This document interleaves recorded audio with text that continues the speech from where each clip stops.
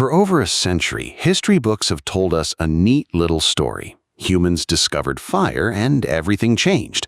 Warmth, cooking, safety from predators, civilization's first great leap. But new archaeological evidence is quietly rewriting that timeline, and it's not a small correction. Researchers analyzing burnt rock fragments now believe our ancestors were controlling fire hundreds of thousands of years earlier than we thought. Not tens of thousands, hundreds of thousands. Which means somewhere out there, long before the dates in your old textbook, a group of early humans was already sitting around a flame.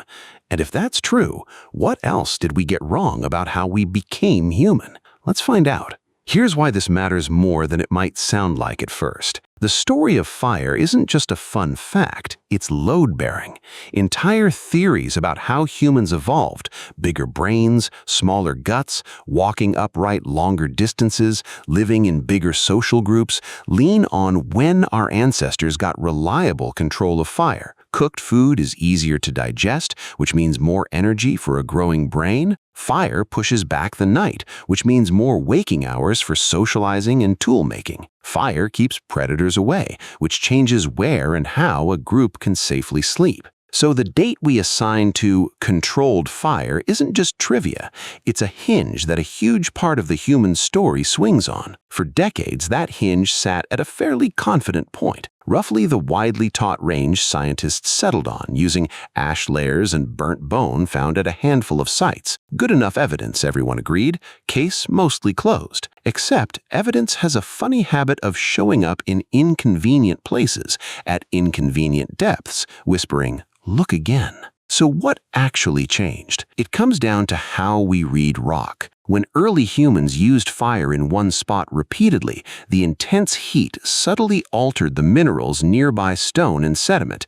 Even after there's no ash, no charcoal, nothing visibly burnt left to find. For a long time, our tools for detecting that kind of heat damage just weren't sensitive enough to catch the faintest, oldest signals. It's a bit like trying to hear a whisper in a room built for shouting. New techniques changed that. Scientists can now analyze rock fragments at a much finer level, picking up on subtle structural changes that only happen when stone is heated, even briefly, even a long time ago, even if every trace of the fire itself vanished millennia before anyone thought to look. When researchers applied these sharper tools to older layers at known early human sites, they didn't just confirm the old dates, they pushed straight through them. The heat signatures went deeper into the ground, meaning further back in time than anyone expected. Roughly 350,000 years further back, based on the new analysis. And that number forces an uncomfortable question. If the evidence was quietly sitting there in the rock the whole time, how much of history is really just the limit of our instruments? Let's sit with what that actually means, because it's bigger than an old date got older. If early humans had meaningful control of fire this much earlier, it means fire wasn't a late, dramatic invention, a single aha moment some genius ancestor stumbled into. It means fire was something a much more primitive branch of the human family tree was already living with, generation after generation, long before the species we usually credit with figuring it out. Think about what that actually requires. Controlling fire isn't like picking up a rock. You have to keep it fed. You have to protect it from rain and wind. You have to know, without writing anything down, how to carry an ember from one camp to the next so the flame never truly dies. That's not a single flash of genius. That's a culture, a body of shared, transmitted knowledge passed from one generation to the next, refined slowly over unimaginable stretches of time. Which means the beings doing this weren't the polished, big-brained humans of our imagination. They were rougher, smaller-brained, and yet already capable of sustaining something as delicate and demanding as a living flame across generations. That quietly reshapes a few things we thought we understood. It suggests cooking and the extra calories cooked food provides may have been feeding brain growth earlier than we assumed. It suggests groups may have been able to stay active after dark earlier than we assumed, changing how they socialized, taught skills, and bonded. It suggests the campfire, that image of people gathered in a circle of light, telling stories, teaching, planning, might be a genuinely ancient piece of what makes us human,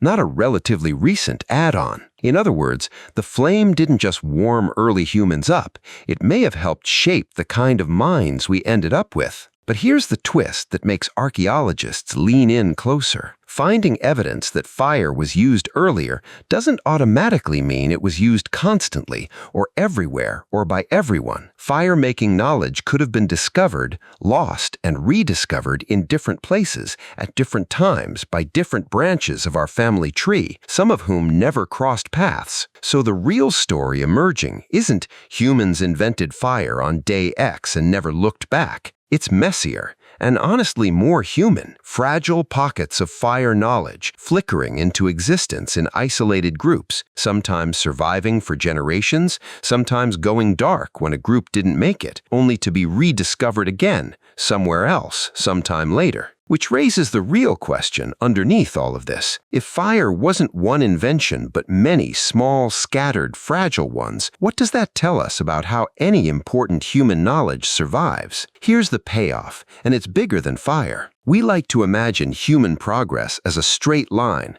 Someone invents something, and from that point on, everyone has it. But the emerging picture of fire use looks nothing like that. It looks like knowledge that had to be kept alive, actively, generation after generation, by people who understood exactly how easily it could be lost. That reframes fire from being a tool early humans simply had to something early humans had to keep having, a discovery so valuable and so fragile that its survival depended entirely on whether a group cared enough and organized enough to pass it on. And that's the real 350,000-year-old lesson hiding inside this discovery.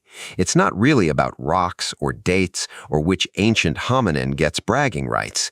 It's about this: the most important things a group knows are never permanently safe. They survive only because someone in every single generation took the trouble to teach the next one how to keep the fire burning, literally and otherwise. Every skill you have that feels obvious today, reading, farming, medicine, even how to build a fire yourself, is only obvious because thousands of generations before you refused to let it die out on their watch. So the next time you read a fact about when humans achieved something, fire, farming, writing, whatever the textbook confidently states, remember that these dates are really just the edge of what we've managed to find so far. The past isn't fixed, it's just under-excavated. And maybe that's the quietly humbling part of this whole discovery. We spent decades assuming we knew when the story of fire began. Then someone looked closer at the same rocks with sharper tools, and the story got 350,000 years longer. Which means somewhere in a landscape scientists haven't dug into yet, evidence is sitting there right now, patiently waiting for someone to build a tool sensitive enough to hear it. I'm the stick sage, and if there's one thing this reminds us, it's that the story of how we became human is far from being finished being written.